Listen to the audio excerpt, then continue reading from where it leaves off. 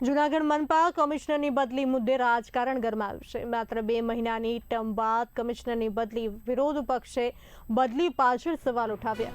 કોંગ્રેસે ભાજપ પર ગંભીર આક્ષેપો કર્યા। બિલોની મંજૂરી ન આપતા બદલી કરવાનો આક્ષેપ। વિરોધ પક્ષના નેતા લલિત પરસાણાનું નિવેદન। શહેર કોંગ્રેસ પ્રમુખે પણ સરકારને ઘેરી હતી।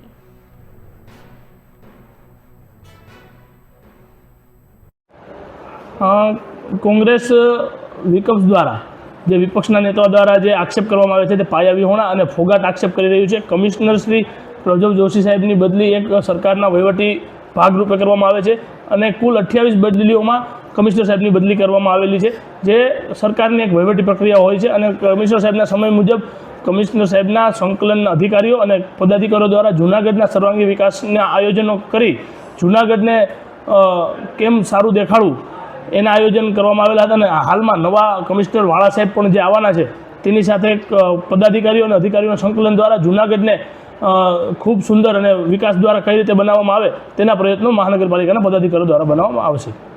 પદાધિકારીઓ દ્વારા આ બદલી કરવામાં આવી છે અને બિલનું મોટું કારણ બતાવે છે।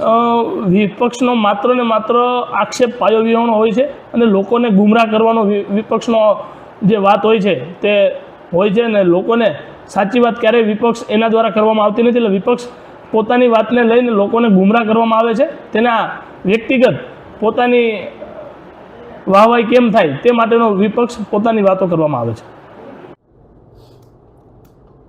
છેલ્લા 5 વર્ષમાં જૂનાગઢ મહાનગરપાલિકામાં 5 કમિશનરની બદલી થઈ।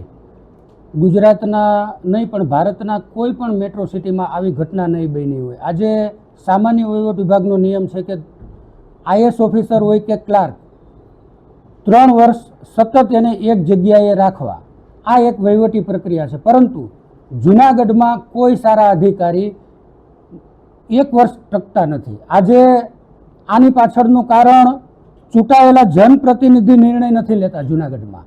આજે મને જાણવા મળેલ કે જૂનાગઢ શહેર ભાજપ પ્રમુખ એ કોર્પોરેશનની મિટિંગ લે છે, અધિકારીઓ હારે સંકલન કરવાની જવાબદારી ચૂંટાયેલા જનપ્રતિનિધિ, કોર્પોરેટર શ્રી, મેયર શ્રી અને સ્ટેન્ડિંગ કમિટીના ચેરમેનની જવાબદારી છે।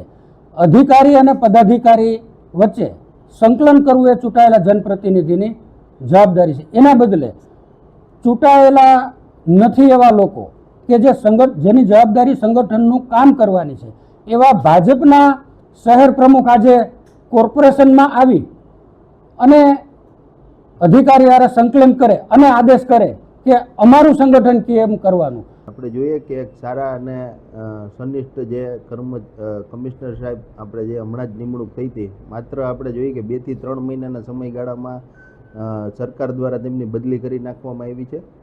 અને આપણે જોઈએ કે આ જે બદલી છે એ આખા ગામમાં ચર્ચાનો વિષય થયો છે। અને શા માટે કરવામાં આવી? કારણ કે સાહેબની માત્ર 2 થી 3 મહિનાની કામગીરીમાં આખું ગામ વાકેફ થઈ ગયું હતું કે સાહેબ છે એ કડક કાર્યવાહી કરી રહ્યા છે। મોટાભાગના અધિકારીઓને નોટિસ આપવામાં આવી હતી। અમારા જાણવા મુજબ DMC સાહેબથી માંડી અને તમામ જે કાર્યપાલક ઇજનેર જે છે એમને તથા અલગ અલગ જે કર્મચારીઓ છે એમને પણ નોટિસ આપવામાં આવેલી હતી અને ખુલાસા પૂછવામાં આવ્યા હતા। મોટાભાગના આપણે જોઈએ કે અધિકારી પાસે કોઈ પણ જાતના ડેટા નહોતા, ભૂગર્ભ ગટરના ડેટા નહોતા, પાણીની લાઇનના કનેક્શનથી માંડીને તમામ ડેટા નહોતા।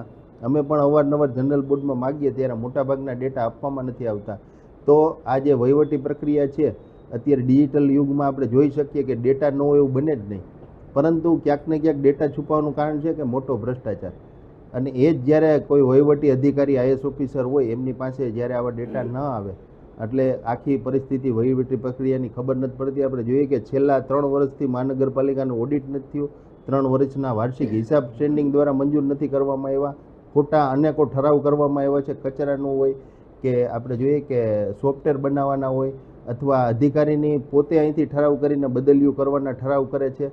આવા અનેકોને ઊંચા ભાવના ટેન્ડરો કેન્સલ કરી નીચા ભાવના કેન્સલ કરીને ઊંચા ભાવના ટેન્ડરો દેવા માટે, નીચા ભાવના ટેન્ડરો કેન્સલ કરવા માટે અનેકો આવી પ્રક્રિયા છે।